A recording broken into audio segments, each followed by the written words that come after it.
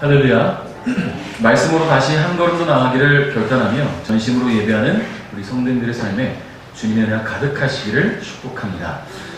저는 1978년 12월 4일에 태어났습니다.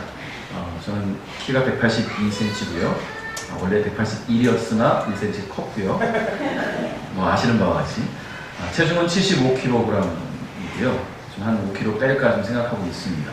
시력은 양쪽값 1.2 나오고 있고요. 이것도 원래는 0.1이었으나 좋아졌고요. 2007년에 결혼을 했습니다. 한 명의 아내를 두고 있고요. 당연한 일이지만 성격은 밝은 편이고 사람들과 어울리는 걸 참 좋아합니다. 취미는 음악 듣는 거고요. 그러다 보니까 음악을 너무 좋아해서 또 찬양팀으로 사역을 오래 했고 찬양인으로 여러 팀에 섬겨왔습니다. 현재는 원주 베델교회에서 담임 목사로 섬기고 있습니다. 자, 제가 지금 뭐 하고 있는 거예요? 자기소개를 하고 있어요. 자, 이렇게 자기에 대한 소개를 말이 아닌 글로 써서 풀어나가는 것을 자소서라고 하죠. 자소서. 자기소개서를 자소서라고 합니다. 여러분, 취업을 준비해 본 분들이나 대학 입시 때 면접을 앞두고 서류를 준비하신 분들은 아시겠지만 자소서의 중요성을 굉장히 잘 아실 거예요. 자기소개서에는요, 자신의 경력 또는 능력, 기술 등이 잘 소개됨과 동시에 이 면접관을 설득하기 위한 강력한 어필이 있어야 되죠. 그래서 자신을 알리는 데 굉장히 중요한 역할을 하곤 합니다. 자기소개서만 봐도 대충 이 사람이 어떤 사람인지를 파악할 수가 있는 거예요. 자기소개서만 봐도요. 자, 여러분, 누군가가 여러분에게 자신을 소개하라고 한다면 잘 할 수 있을 겁니다. 물론 성격상 자기를 소개하는 게 좀 부끄러운 사람도 있을 수 있죠. 자, 그러나 어쨌든 자기소개는 누구나 할 수 있어요? 그럼 여러분, 우리가 예수 믿는 사람이 여러분들에게 믿지 않는 사람들에게 있어서 하나님에 대해서 소개해보세요 라고 한다면 여러분 뭐라 소개하시겠습니까? 하나님에 대해서. 하나님은요, 온 우주 만물을 창조하신 분이시고요, 죄 가운데 있던 우리를 구원하시기 위해서 독생자를 보내주신 구원자이십니다. 하나님은 사랑이 많으신 분인데 인자와 자비가 충만하시고 때로는 질투가 참 많아서 그 질투 때문에 분노도 하십니다. 이렇게 설명할 수가 있겠죠. 우리가 하나님에 대해서 아는 것을 다 끌어모아가지고 설명하는 것이 이 정도 나올까요? 구체적으로 섬세하게 설명하기는 참 쉽지가 않아요. 잘 알면서도 쉽지가 않아요. 자기가 자기를 잘 알지만 자기가 잘 아는 누군가에 대해서 소개하는 것은 한계가 있다는 거예요. 자, 그러면 우리가 하나님에 대해서 잘 알고 싶어요. 그럼 누가 누구를 소개해야 됩니까? 하나님이 하나님 스스로를 자세히 소개하는 것들이 우리는 들려줘야 된다는 것이죠. 여러분, 하나님에 대해서 우리는 아는 것들이 한계가 있지만 하나님께서 오늘 자신을 어떻게 소개하고 있는지 우리가 함께 생각해보고자 합니다. 오늘 우리가 나눌 이 본문의 앞부분에는요, 하나님 앞에서 우상 숭배를 하는 것이 얼마나 악한 일인지, 하나님께서 그것을 얼마나 싫어하시는지, 또한 하나님 앞에서 우상 숭배를 했을 경우 어떠한 일들이 일어날 것인지에 대해서 설명을 해주시면서 혹시나 너희들이 그런 일이 벌어져서 만약에 징계를 받게 되었다 하더라도 마음을 돌이키고 회개하기만 하면 내가 어떻게 해서든 용서해 주겠다라는 하나님의 강력한 의지가 담겨있는 말씀을 이 앞부분에 소개하고 있어요. 다시 말해서 하나님은요, 우상 숭배로 인해 하나님 앞에서 죄를 범하게 되었다 하더라도 그냥 그를 버리시고 끝내시는 것이 아니라 하나님과 그 사람과의 관계가 끊임없이 이어져 갈 수 있도록 하나님으로서의 노력을 계속 하시겠다라는 그런 말씀을 성경에서 하고 계시다는 거죠. 그리고 그런 하나님의 노력은 예수 그리스도의 십자가 사건으로 열매 맺어 가게 된다는 거예요. 여러분, 하나님은요, 이렇듯 사랑하는 당신의 백성들과 계속해서 관계를 맺기를 원하십니다. 그런데 사람들의 우상 숭배로 인해서 그 관계가 계속해서 깨어지는 거예요. 우상 숭배가 물론 구약 당시에는 하나님보다 더 사랑했던 만들어진 어떤 형상들, 그것을 우상이라 하지만 오늘날에는 어떻습니까? 하나님보다 더 사랑하는 내 가족이 우상이 될 수도 있고, 일이 우상이 될 수도 있고, 돈이 우상이 될 수도 있고, 어떤 환경, 내 삶 자체가 우상이 될 수도 있다는 이야기예요. 그런 것들 때문에 끊임없이 하나님과의 관계가 깨어져 가죠. 그럼에도 불구하고 하나님은 사랑을 놓지 않으셨어요? 그리고 끊임없이 그 관계의 회복을 위해서 노력하시는데 그러한 과정을 담고 있는 것이 바로 성경의 구약이에요. 구약에 바로 그런 하나님의 노력들이 담겨 있다는 거예요. 그리고 이러한 하나님의 노력이 예수님의 보혈로 완성된 것입니다. 할렐루야. 이렇게 우상숭배에 대해 경고하신 하나님께서는요, 오늘 본문의 내용을 통해서 그런 우상이 아니라 나를 믿고 나를 섬겨라, 나는 너희를 사랑하는 하나님이다 라고 설명하시면서 자신을 소개하시고 자꾸만 마음의 변화 속에서 갈등하는 이 이스라엘 백성들을, 그리고 오늘날의 우리들을 설득하고 계시다는 거예요. 자기소개를 통해서 말이죠. 물론 하나님 입장에서 설득은 필요 없어요. 그렇죠? 하나님 입장에서 설득이 필요 없어요. 그냥 마음에 안 들면 심판하시면 되지. 그러나 하나님은 심판을 택하지 않으셨고요, 자신을 소개하시며 당신의 백성들을 너그러운 마음으로 품고 용서하시고 기회를 주고 계시다는 겁니다. 오늘 이 하나님의 자기소개서는요, 대필자가 있어요. 대변인이 있다는 거예요. 바로 모세라는 사람을 통해서 하나님은 자기 자신을 그대로 있는 그대로 소개하십니다. 우리 32절을 읽어봅니다. 시작.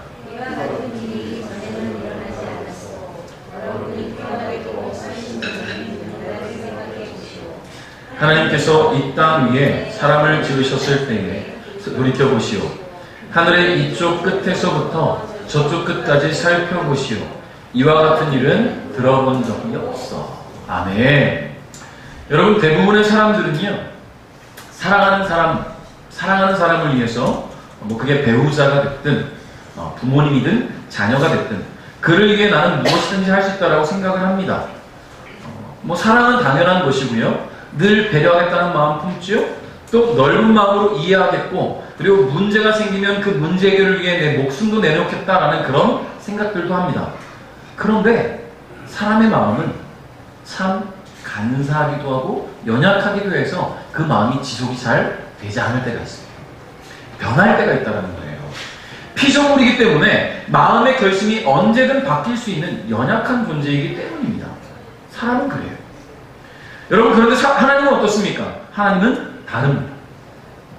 하나님은 처음 인간을 창조하셨을 때의 그 마음, 그 사랑에 변함이 없으셨어요. 불순종과 배신으로 얼룩진 사람의 모습을 하나님은 참으셨고요, 때로는 당근으로, 때로는 채찍으로 그 마음을 돌이키시기 위해 노력했어요. 채찍을 드셨다고 사랑하지 않으신 게 아니라는 거예요. 끊임없이 그 사랑의 줄을 놓지 않으셨어요. 하나님은 애굽에서 노예로 살아가던 이스라엘을 구원하시고 그들에게 자신을 계시하시는 하나님을 볼 수 있는 특권을 주셨어요. 구원을 위해서 하나님께서 행하신 그 크고 놀라운 일들을 이스라엘 백성들로 하여금 직접 경험하고 그것을 본 사람은 이스라엘 말고는 찾아볼 수가 없어요.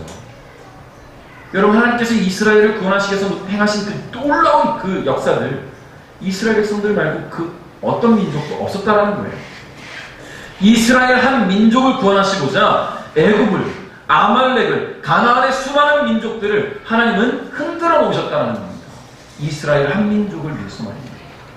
우리 33절, 34절 한번 읽어볼까요? 시작. 어떤 백성이 하나님께서 불 가운데서 말씀하시는 것을 듣고 여러분처럼 살아남은 일이 있었소.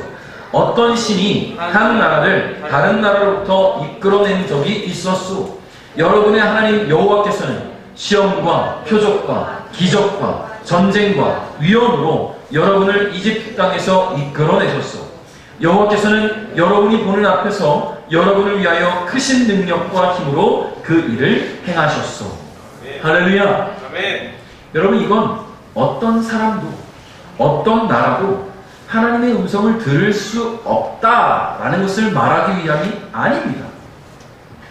이스라엘이 하나님의 음성을 듣고도 살아남았다라는 게 이 말씀의 핵심입니다. 이스라엘이 하나님을 경험하고도 살아남았다. 하나님의 음성을 듣고도 살아남았다. 여러분, 이것은 결국 하나님의 언약을 지니는 은혜를 말하는 것인데요. 당시 이스라엘 백성들은 하나님을 보거나 그 음성을 듣게 된다면 반드시 죽게 된다고 생각했어요. 죽는다. 그러므로 이스라엘이 하나님의 음성을 듣고도 살아나는 것은 결국 하나님의 은혜로밖에는 설명할 수가 없는 것이죠. 여러분, 거룩하신 하나님은 죄와 허물이 많은, 그래서 끊임없이 불순종하고 불신앙적 태도를 보이는 이스라엘을 이 언약이라는 테두리 안에 받아주시면서 이런 은혜를 경험한 민족은 세상에도 어디에도 없게 하셨다는 거예요. 오직 이스라엘에게만. 여러분, 더욱이 한 나라를 다른 나라로부터 직접 독립하게 한 일, 신이 직접 그 일을 행하신 일이 세상 어디에도 없어요. 여러분, 과거 수많은 강대국들이 국력을 확장시키기 위해서 그 힘을 과시하기 위해서 수많은 약소국들을 침략했잖아요. 그 침략에 그치지 않고 식민지로 삼기도 했고요. 수많은 사람들을 노예로 삼아서 고통을 주기도 했습니다. 가까운 예로 우리나라가 그랬잖아요. 일본이 우리나라를 침략했을 때는 단순히 침략하고 조공만 받아가는 것이 아니라 우리를 그 주권 아래 두고 우리를 개취급하면서 대한민국 사람들을 고통 가운데 살게 했다는 거예요. 그러니까 이런 일들을 우리가 물론 젊은 세대는 직접적으로 느껴지지는 않겠지만 우리 그 세대를 어렸을 때라도 경험하신 분들은 그 세대의 시간들이 경험되잖아요. 직접적으로 와닿지 않겠습니까? 자, 그런데 그 어떤 경우라도 신이 그 식민지를 구원하기 위해서 신이 직접 역사했던 적은 없었어요. 오직 이스라엘 백성들 말고는. 여러분, 이스라엘을 위해서 하나님께서 하신 일들을 보십시오. 수많은 표적과 기사와 기적들을 일으키셨습니다. 그러므로 말미암아 이스라엘을 애굽에서 탈출시키셨어요. 사람의 노력이 없었어요. 모세가 한 일이라고는요, 애굽의 바로왕 찾아가서 말한 것밖에 없어요. 하나님께서 하라는 대로. 모세가 거기서 막 슈퍼파워 막 이래가서 막 구원한 게 아니잖아요. 모세가 히어로가 아니에요. 모세는 하나님의 말씀을 대언하는 자로 섰고 하나님의 능력을 선포하는 자로 섰던 거예요. 모세가 한 일이 아니에요. 하나님이 하신 거예요. 약속의 땅으로 인도하시는 과정 속에서도 하나님은 끊임없이 크고 놀라운 일들을 일으키시면서 이스라엘을 위해 일하셨다는 겁니다. 이러한 일들이 다른 어떤 나라에서도 경험된 적이 없어요. 35절 읽어볼까요? 시작. 여호와께서 여러분에게 그 일들을 보여주신 것은 여호와만이 하나님이요 여호와 외에 다른 하나님은 없다는 것을 보여주시기 위함이요. 할렐루야. 아멘. 하나님은 이러한 일들이 다른 어떤 나라에서도 일어난 적이 없다는 것과 그 어떤 신도 이런 일들을 행할 수 없다라는 것을 알리셨습니다. 그럼 뭡니까? 온 천하 가운데 유일한 신은 나밖에 없어. 나 여호와가 진짜 신이다. 나 여호와가 진짜 하나님. 이것을 알리시기 위함이었다는 겁니다. 나 여호와 하나님만이 유일한 신이다. 여호와 하나님만이 참 신이시고 여호와 하나님 외에는 다른 신이 없음을 알게 하시기 위한 하나님의 방편이었다는 겁니다. 그래서 오늘 이스라엘 백성들 가운데 하나님은 모세를 통해 자기를 소개하고 계신 거예요. 나는 이런 신이야. 나 이런 신이야. 웃으시는 분들은 갑자기 노래가 생각났었나 보죠? 나 이런 사람이야. 그런 노래가 있잖아요. 저 노래는 잘 모르는데 이 부분만 기억나요. 하나님 그런 자기 자랑 하실 만한 분이잖아요. 나 이런 신이야. 나 이만큼 너희들 사랑해. 나밖에 없는 거 좀 봐. 확인해봐. 세상 어디에도 없어. 하나님은 그렇게 자기를 소개하고 계신 거예요. 성도 여러분, 세상에 수많은 신이 존재합니다. 근데 이름으로만 존재하는 거예요. 이름으로. 왜냐하면 실존하지 않으니까. 그 어떤 신도 하나님처럼 살아 역사하지 않습니다. 오직 하나님만이 살아계시고 자신을 드러내시며 당신의 백성들을 위해 일하신다는 것입니다. 오늘 저와 여러분을 위해 일하시고 그 능력을 보이신 하나님을 의심하지 않기를 주님의 이름으로 축복합니다.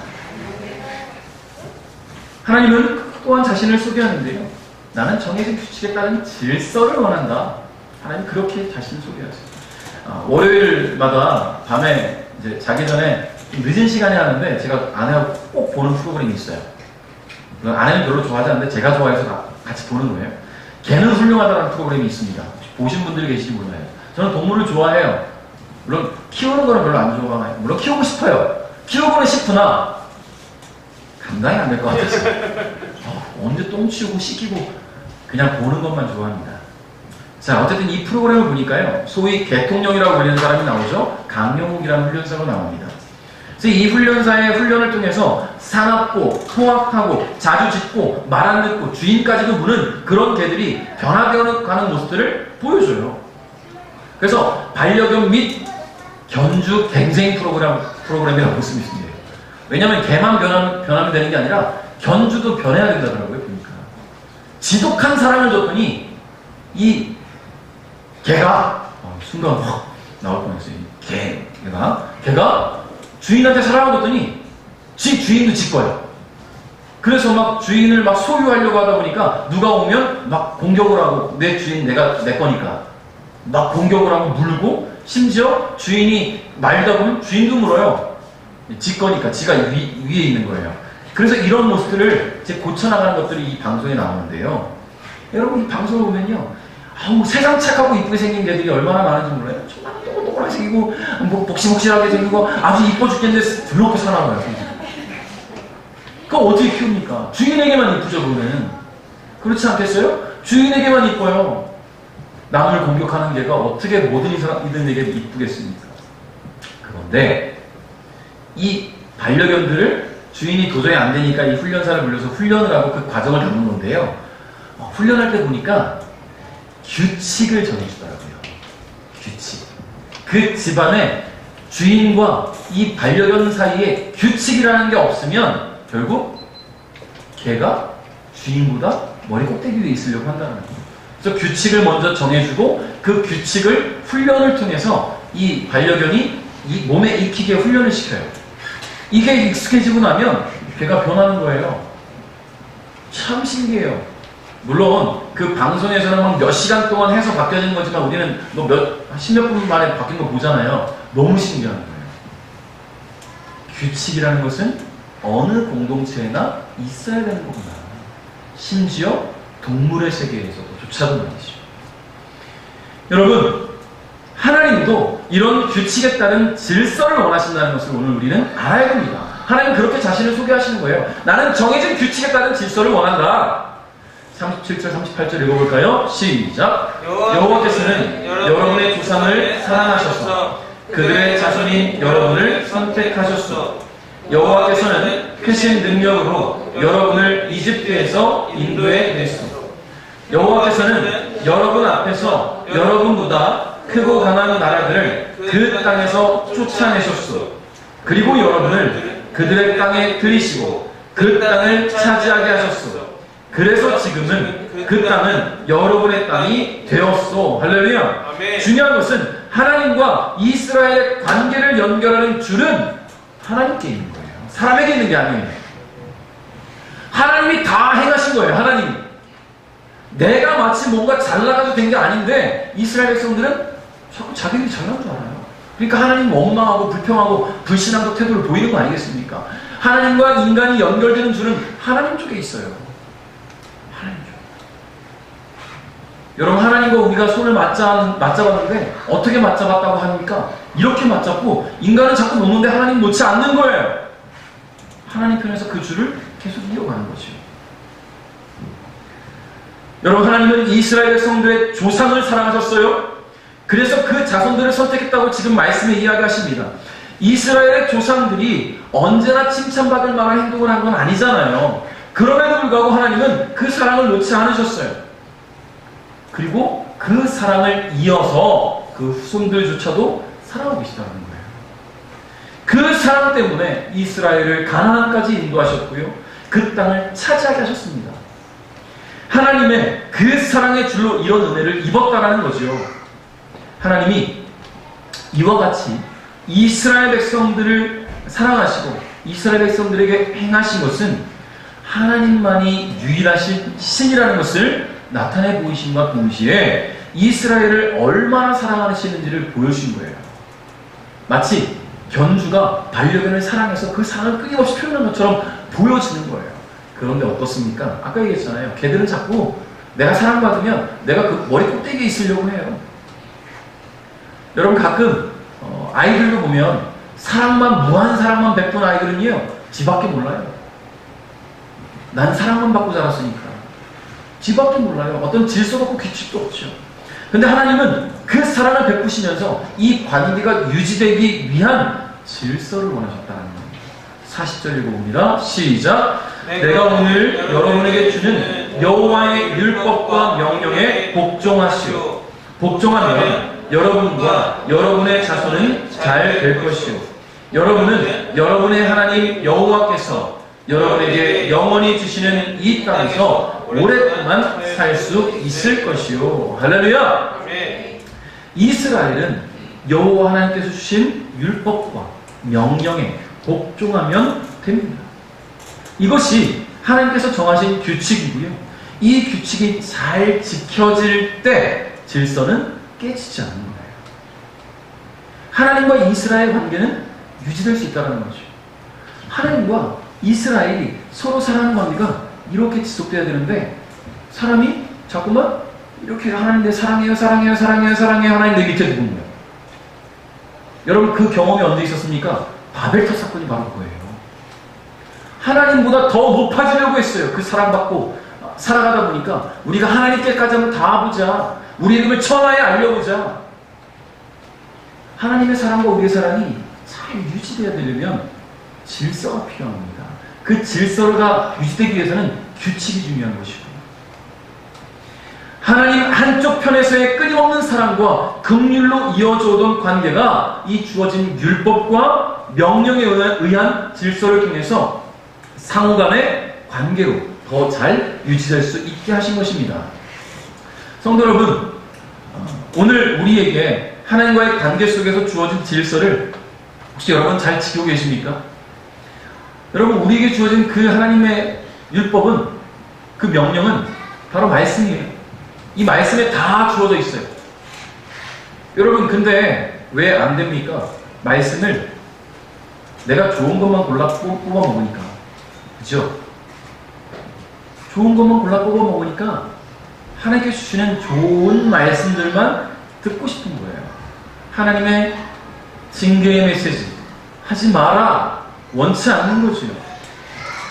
여러분 하나님의 율법에도 율법 조문 613가지 중에 하지 말라가 365개예요. 더 많아요. 하지 마라가. 근데 사람들 어떻습니까? 하지 말라는 거를 더 하죠. 청개구리처럼. 그게 우리 식성이라고 하는 것 같아요. 그러니 오늘 주신 말씀 속에 하나님 말씀을 내 안에 품고 하지 말라는 걸 하지 말고 하라는 건 하고 그렇게 하나님 말씀대로 살아가면서 하나님의 그 사랑과 우리의 사랑이 좋은 관계를 유지해갈 수 있기를 주님의 이름으로 축복합니다. 41절 42절 읽겠습니다. 시작.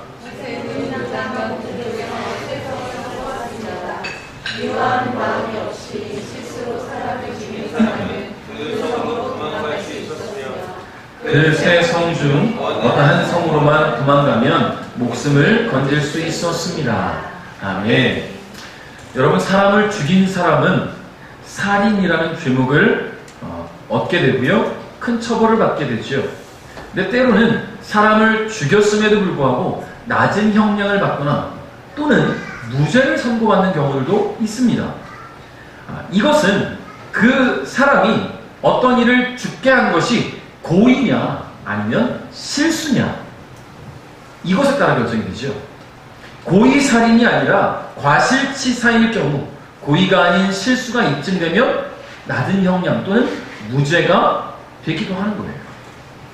여러분 하나님은요 그렇게 사랑하시는 이스라엘 백성들을 끝까지 인도하셨습니다. 불순종도 불신앙도 크고 작은 죄악들 속에서도 하나님은 그들을 버리지 않고 포기하지 않으셨어요. 나는 너희들을 버리지 않을 것이다. 하나님 그렇게 자신을 소개하시는 거예요. 그러면서 오늘 무엇을 소개하시냐면 도피성을 보여주세요. 도피성. 여러분 이스라엘 백성들이 때로는 실수로 사람을 죽일 수 있잖아요. 실수로 말 그대로. 그런데 그 실수로 사람을 죽였을 때 어떤 일들이 벌어질까요? 여러분 출애굽기 21장에 보면 폭행에 관한 하나님의 법이 나오는데요. 출애굽기 21장 12절 13절에 이런 말씀이 있습니다. 사람을 때려 숨지게 한 사람은 어떻게 하라고요? 죽여라! 하지만 사람을 죽이긴 했지만 죽일 생각이 없이 실수로 죽였으면 그것은 하나님의 뜻에 따라 일어난 일이므로 살인자는 내가 정하는 곳으로 도망하여라. 여러분, 실수로 사람을 죽게 했을 때 하나님의 법은 그의 실수를 인정하고 살게 하는 것이지만 혹시 피해자의 가족 입장에서는 어떻습니까? 저놈이 내 가족을 죽였어. 화나가지고 가서 잘못할 수 있어요. 보호받기 이전에 죽임당할 수 있다는 거예요.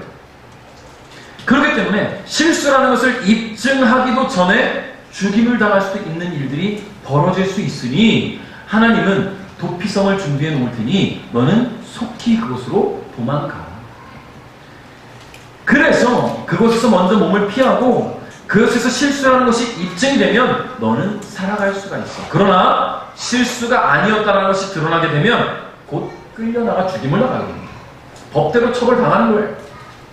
자, 그런데 여기서 말하고 있는 구약의 도피성은요, 신약의 예수 그리스도를 의미합니다. 하나님의 율법에 매우 강하게 말씀하셨어요. 목숨은 목숨으로, 눈 다치겠다면 눈 똑같이 다치게 하고, 이는 이로, 손은 손으로, 발은 발로. 화상을 입었어? 그럼 똑같이 화상을 입혀. 어떻게 보면 굉장히 좀 무섭지요. 멍은 멍으로 갚아. 받은 대로 돌려주라는 거예요. 이렇게 강하게 말씀하시면서 도피성을 말씀하시는 것은요, 우리 인간의 한계를 아시기 때문이라는 거예요. 사람이 실수할 수도 있는 연약한 존재라는 것을 하나님은 아신다라는 것이에요. 분명 실수할 수 있어요, 사람이. 완벽한 인간이 어디 있습니까? 완벽한 인간이 어디 있어요, 사람이.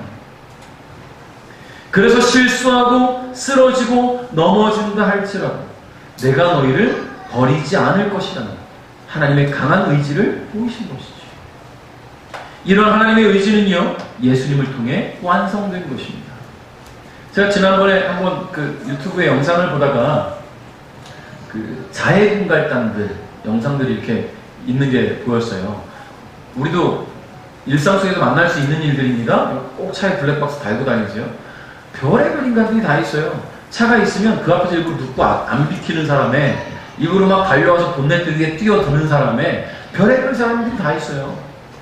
근데 어떤 아줌마가 이 운전하고 가는데 한 사람이 천천히 가고 있었어요, 차가. 그래서 쑥 오더니 본네트 이렇게 툭툭 부딪히고 이렇게 누웠어요. 이 아줌마가 너무 당황해서 악셀을 밟았어요. 사람 밟고 올라간 거예요. 밟고 올라갔어요. 물론 이 사람이 크게 다치지 않았습니다. 순간 속도로 확 올라가기 때문에 훅 올라가서 차 밑에 이렇게 누워있게 된 거예요. 뭐 크게 어디 부러지거나 하진 않았대요. 타박은 입었는데. 그 자해공갈 그 친구가 얼마나 놀랐겠습니까? 얼마나.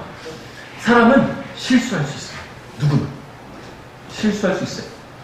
근데 만약에 그 CCTV가 없었다면 이 아줌마는 사람을 죽이려고 하게 됐을 거예요. 죽이고. 자해공갈단의 갑작스러운 이런 일들에 놀라서 당황해서 실수했다는 것이 입증이 된 거예요. 여러분, 그래요. 사람은 누구나 실수해요. 완벽해 보여도 실수도 합니다. 하나님은 그것을 아셨다는 거예요. 그 한계를. 그래서 도피성을 마련하셨죠. 그래서 예수님을 보내셨어요.